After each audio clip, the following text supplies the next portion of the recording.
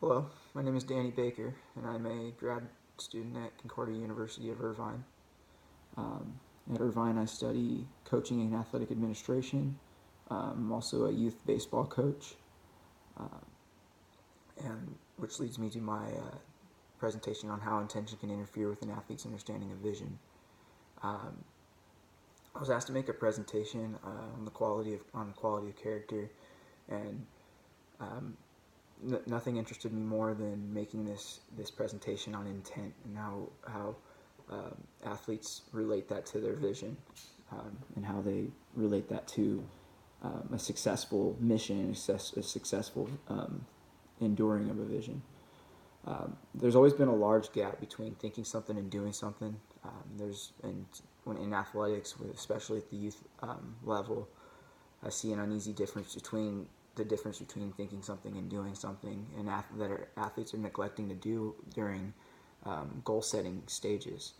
If we're going to prioritize these goal setting stages, we also have to prioritize the fact that these athletes are entrusted with following a vision um, that is pretty stacked on the intention of doing it. Athletes know what they need to do to succeed, and yet they're not doing it. So we have to look deeper into how athletes are viewing intention and how they're viewing goal setting, to really get to the part where we can understand what they are envisioning. Um, the intention kind of sets to me the difference between a goal and a dream.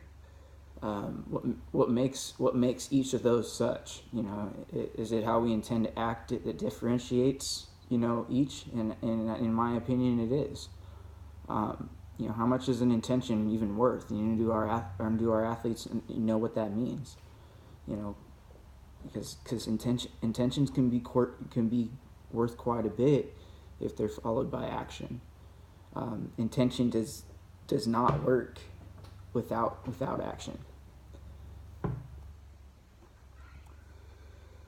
Um, the road to hell is paved with good intentions.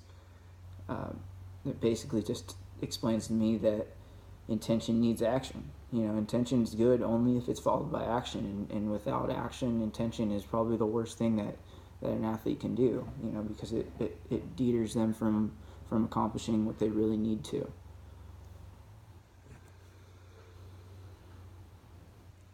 Vision. I was asked to define vision, and we're going to go over the verbiage used to imagine. I read a blog post on the Huffington Post by Tova Payne in 2015, and where she writes about the difference between visualization and visioning. Um, and the difference was that visioning was more inside out. Where athletes were kind of looking for answers to come to them, and then they would work on it after. Whereas visualization is a process where you kind of control what you're seeing and what you want to see. It starts on the outside, clear picture of what we want, and it works its way in, and we can feel that change. This picture that I have here is a Norman Rockwell painting, pretty famous painting, and this is just visualization in motion. This is what players and athletes are neglecting to do that we were doing so successfully before.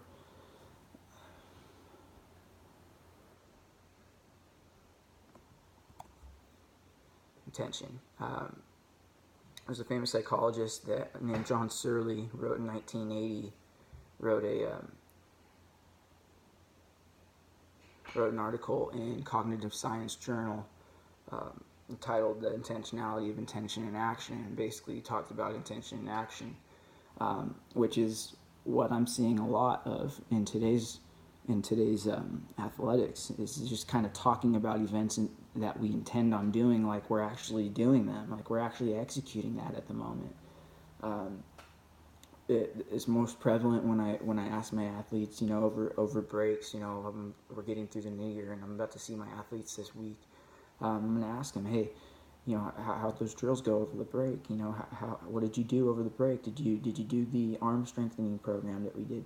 Did you get into the cage? Did you work out? Did you do anything? And they're gonna start getting into this mode where they're just gonna start believing because they intended to do the workout that they did it.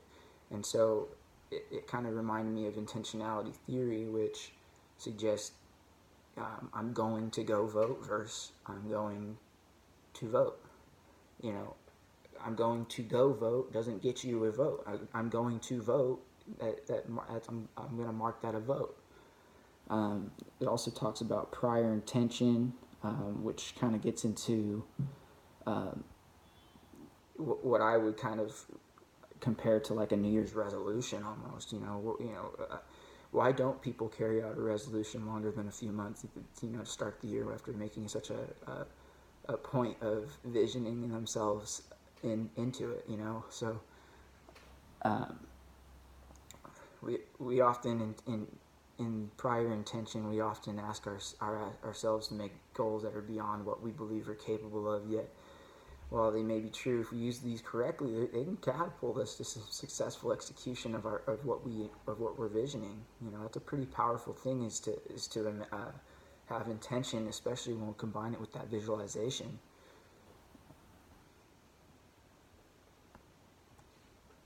Another famous psychologist, Astington, wrote in 1993 that intentional action is based on the belief that the course of action will satisfy a desire. Which couldn't agree more. And then he taught in relation to that, he comes up with the intentional chain. The intentional chain, it discusses desire and how it causes intent, and how intent can therefore lead us to action. But action is what really gets us to the outcome, like I discussed earlier. So I have a picture of the intentional chain here on the presentation. How do we get there? How do we get to an intentional chain? So confidence. Bruce Brown talks about it in his book, what confidence looks like.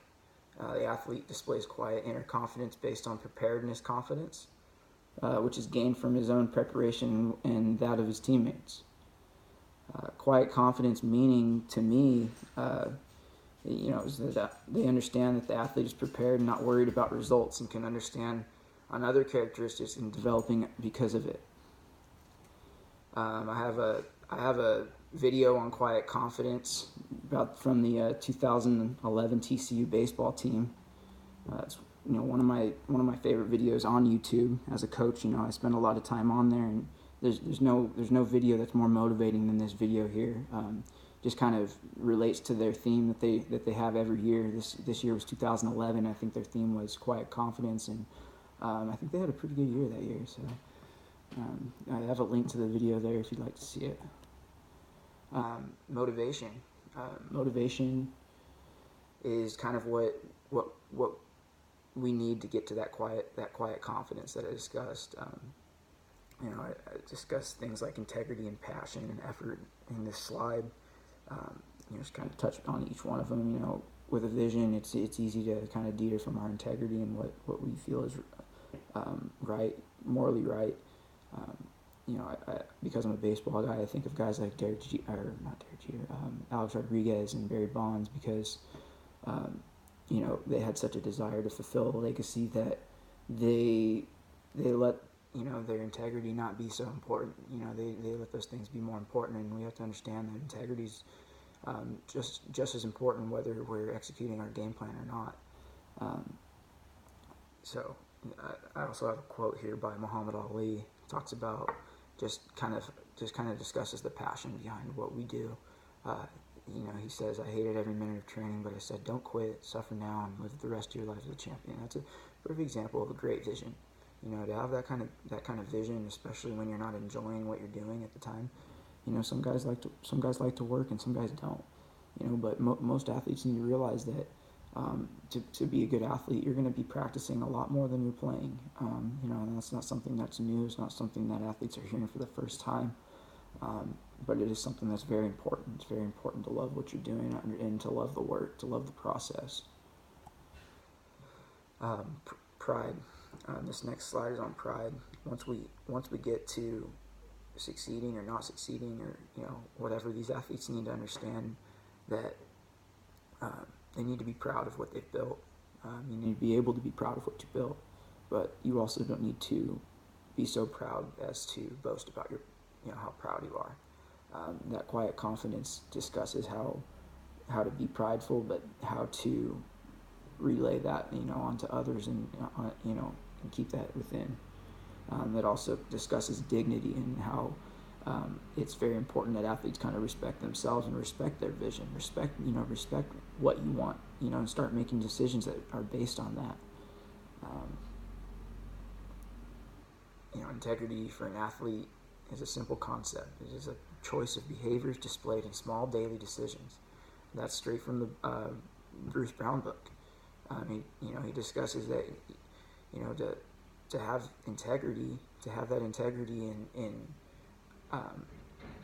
being proud of what you built, means that you're taking initiative in making the decisions that lead you to get to what your vision is.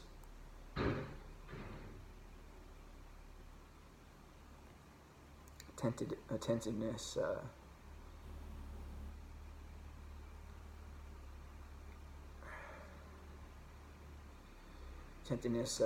How close your athletes are paying attention to detail. I think is very, very important in being proud of what we're producing. When you're taking the time and the effort and and taking the little pieces and the time to put those pieces together and make your game that much better. That's part of being proud. That's part of being able to, in the end, say, yeah, I did everything I could. So that's another factor that's very important. To kind of conclude, pride just kind of bring it together with accountability. It's the most important thing. Accountability gets us to an end result that will allow athletes to be proud of what they built. Athletes that aim to help others, accomplish their visions. That's an accountable athlete. We've heard it in Proverbs: iron sharpens iron as one man sharpens another. It was part of every pregame prayer we ever did, because it's important for athletes to realize that that they build on each other, and that you can provide that factor, that thing that maybe that they're missing out on in accomplishing their vision as well.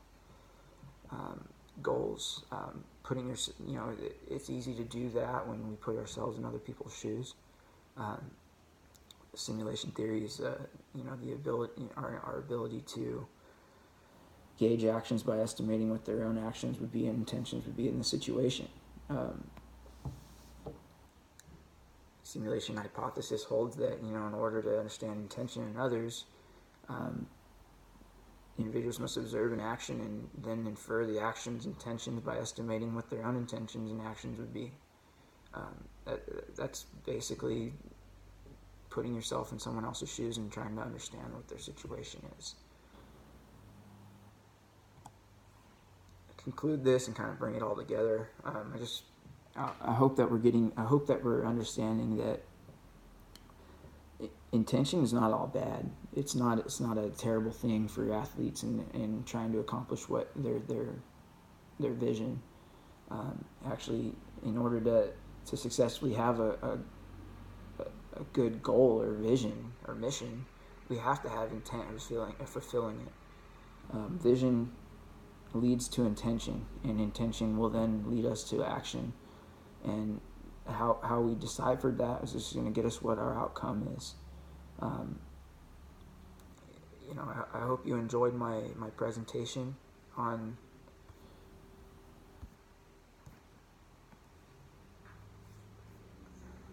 how intention can interfere with an athlete's understanding of vision. Thank you.